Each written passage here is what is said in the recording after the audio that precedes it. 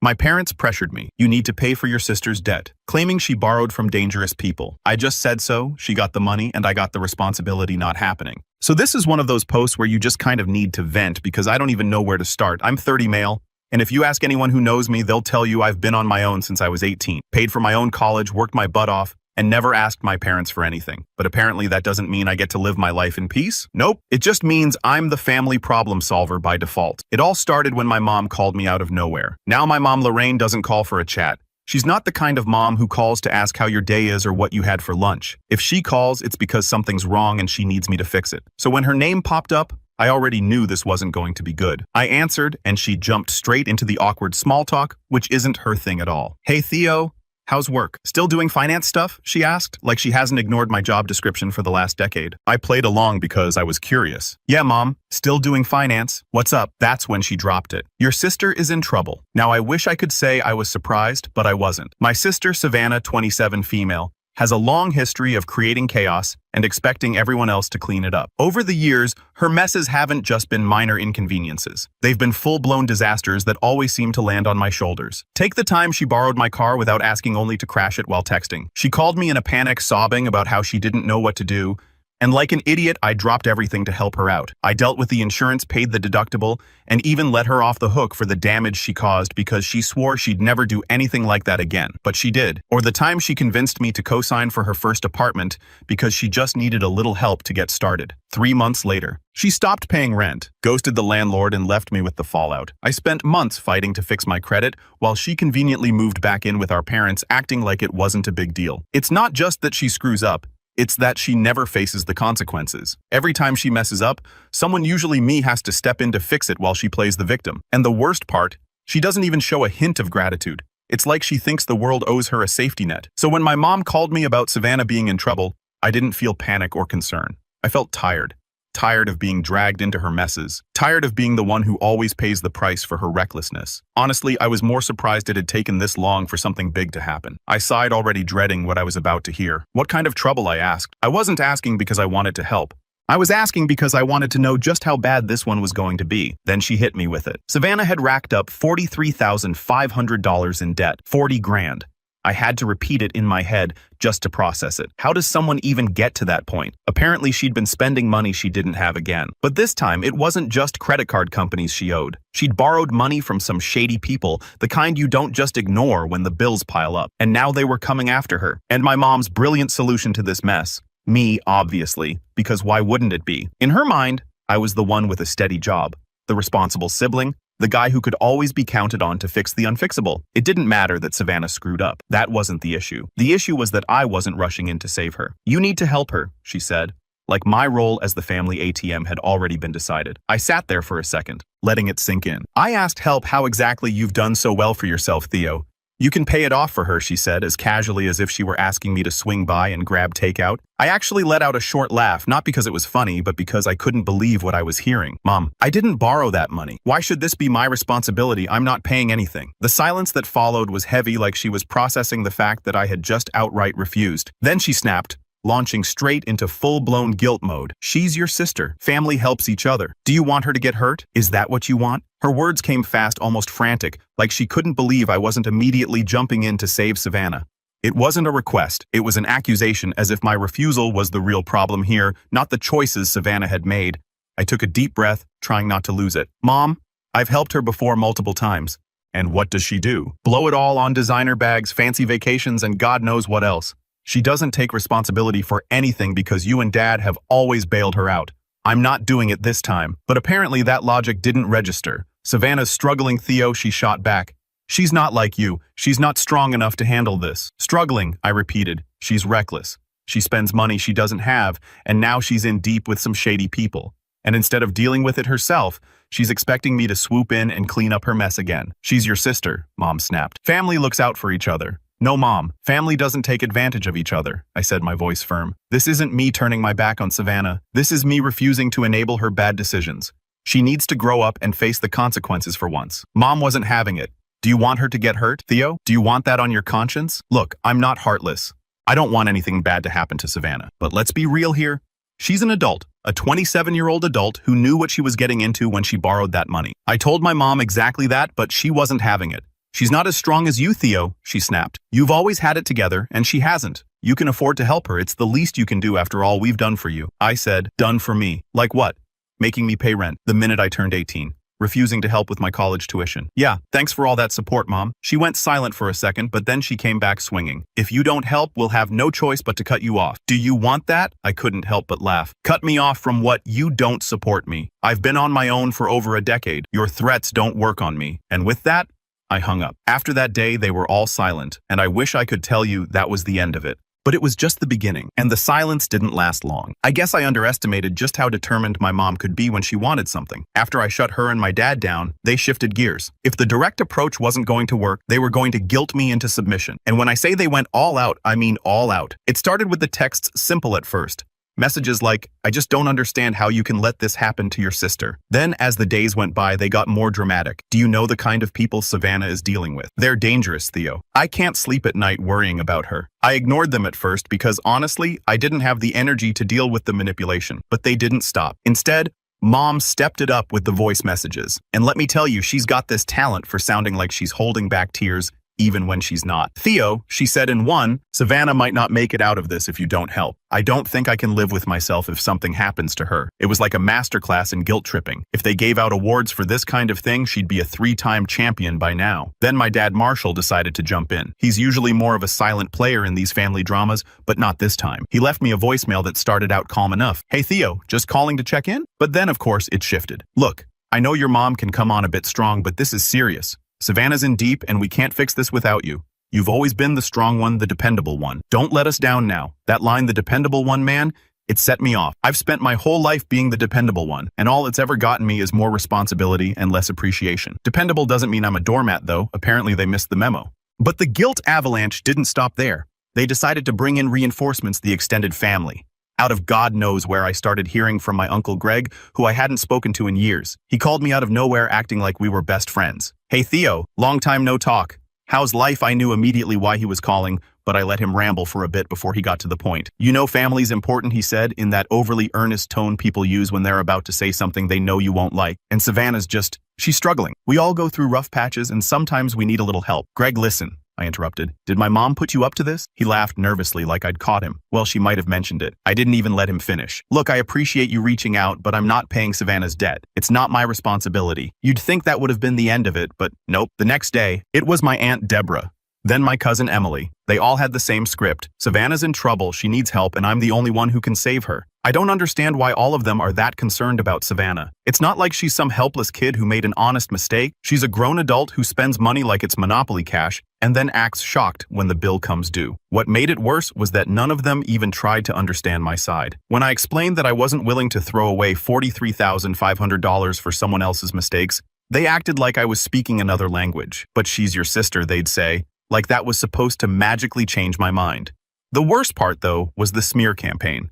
My mom, in her infinite wisdom, decided that if guilt-tripping me directly wasn't working, she'd try to turn the rest of the family against me. She started telling everyone on the family group chat, which I left from it long ago, that I was self-absorbed, ungrateful, and a total piece of garbage. According to her, I had forgotten where I came from and was too wrapped up in my fancy city life to care about my family. I found out about this when my cousin Ryan called me. He's one of the few family members I actually get along with, and he gave me the heads up. Dude, he said Lorraine's been talking mad garbage about you.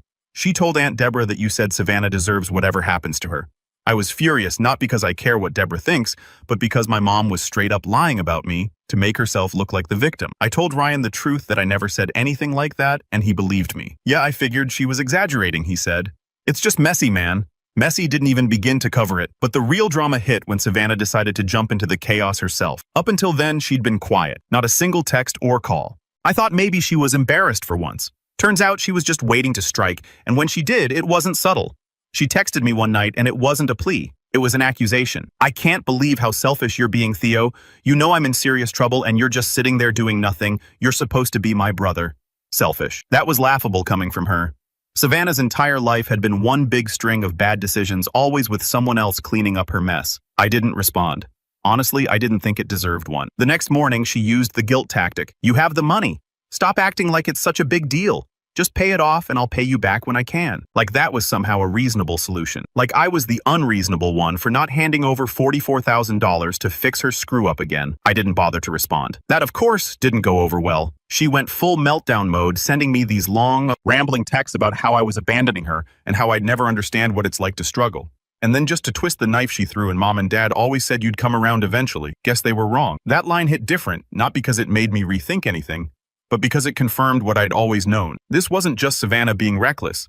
My parents had been hyping her up, making her think I'd always be there to fix her mess. By that point, I was over it. I stopped replying to texts, ignored the calls, and just focused on my own life. Just when I thought they couldn't sink any lower, the guilt trips, the ambushes, the smear campaigns, I realized I'd underestimated just how far they were willing to go. My parents and Savannah had played every card in their deck, or so I thought. Turns out there was one last card hidden up their sleeve, and this one shattered any line I thought they wouldn't cross. I got a call from my bank, and just like that, everything turned into complete chaos. The bank's fraud department informed me about suspicious activity on my account. Apparently, someone had attempted to access it using forged documentation that didn't match their records. They had tried to change my contact details and withdraw funds, but the system flagged the attempt as suspicious and froze it. While the bank couldn't disclose specific details, they hinted that the documentation suggested it was someone close to me. Someone close to me. I didn't need to ask about it. I already knew. Savannah. Who else could it be? The timing was way too convenient. She had just texted me about how desperate she was, and when I didn't cave, this happened. I was boiling inside,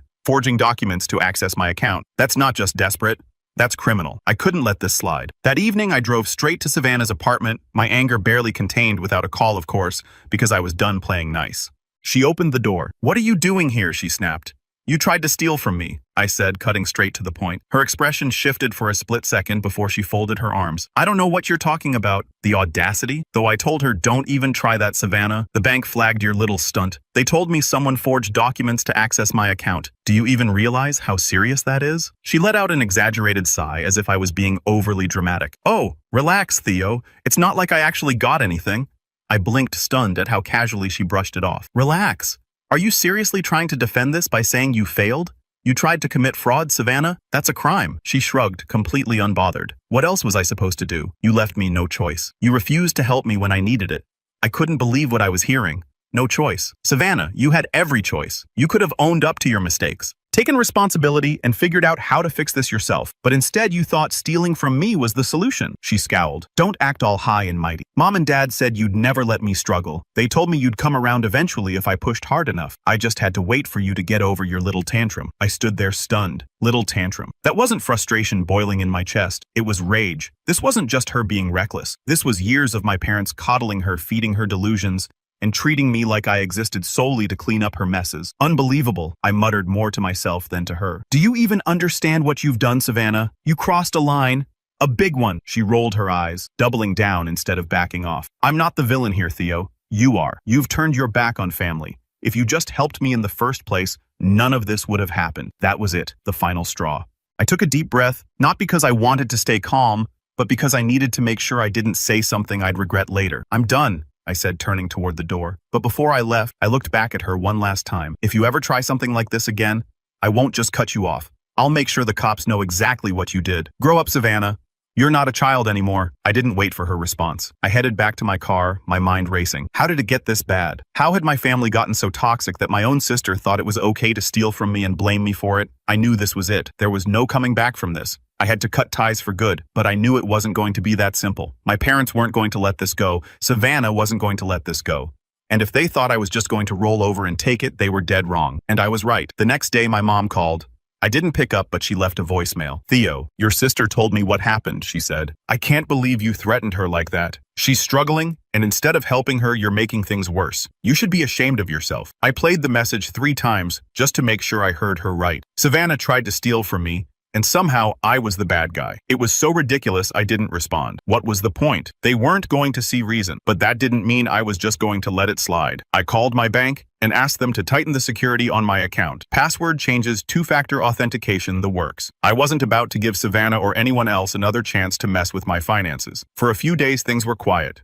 Too quiet. But if there's one thing I've learned about my parents, it's that they don't take no for an answer. At least not the first 100 times you say it. Don't tell me in the comments that I could just say no, because they do not understand it. So, when I came home from work a few days later and found their car parked in my driveway, I wasn't exactly shocked, annoyed. Sure, shocked. Not at all. I took a deep breath, parked behind them, and sat in my car for a minute, mentally preparing myself. I knew they weren't here for a friendly chat.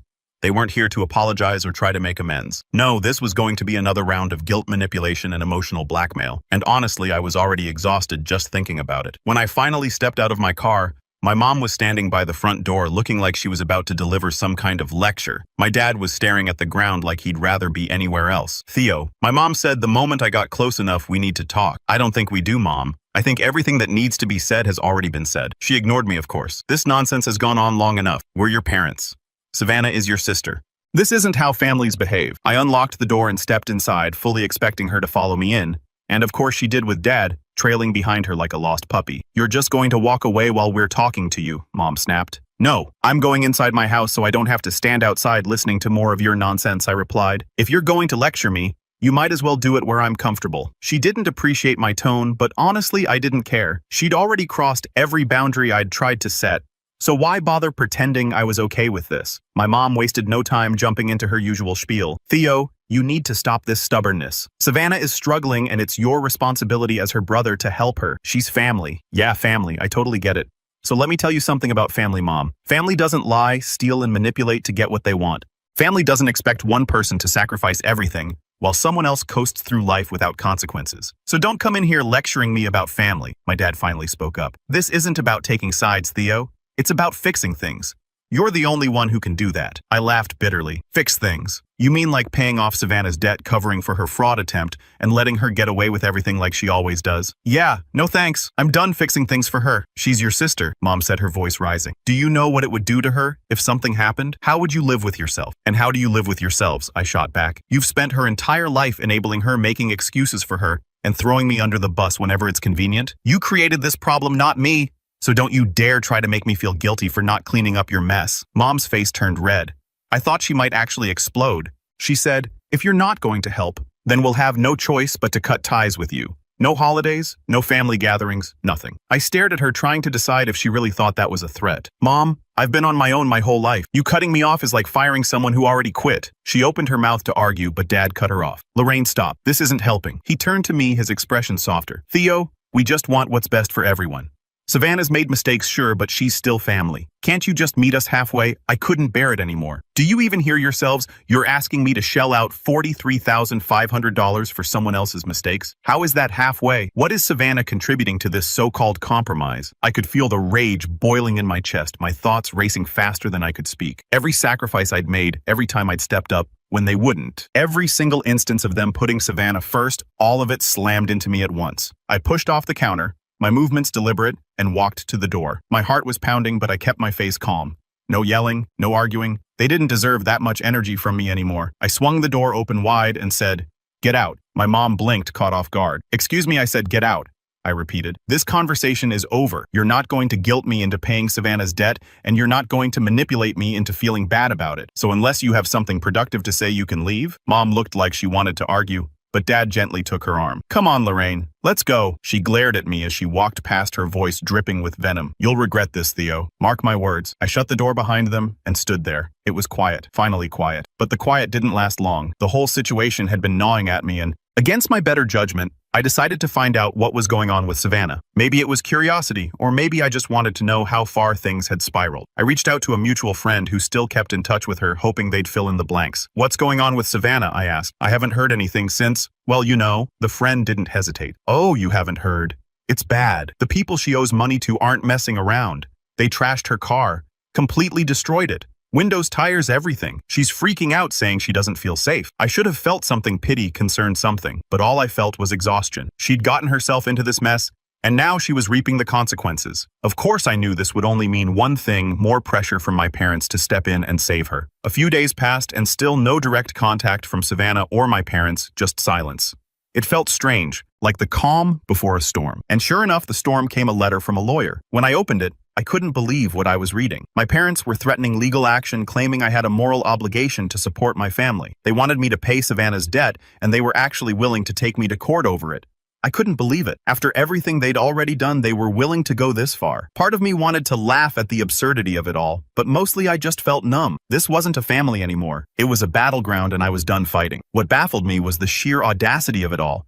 It was almost impressive. Look how silly it sounds, my own parents threatening legal action because I wouldn't clean up Savannah's $43,500 mess. It was like they'd thrown out any remaining pretense of being a family and replaced it with outright hostility. I didn't need to think twice about what to do next. The first call I made was to my lawyer, who thankfully has a good sense of humor. When I explained the situation, he chuckled and said, "Theo, they don't have a leg to stand on. Let them file if they want. It'll get laughed out of court." Sure enough, nothing came of their threat, but it was a reminder of how toxic they were, and it only reinforced my decision to go no contact. They had burned every bridge, and there was no coming back from that. Knowing they were willing to go that far was enough for me. I realized I couldn't keep this door open anymore, not even a crack. I'd been holding out some tiny shred of hope that maybe somehow we could fix things, but this was the last straw. I blocked my parents' numbers that same day. No calls, no texts, no voicemails. I went through my social media and blocked them there too. While I was at it, I did the same for Savannah. If they were going to treat me like an enemy, then I'd treat them like strangers.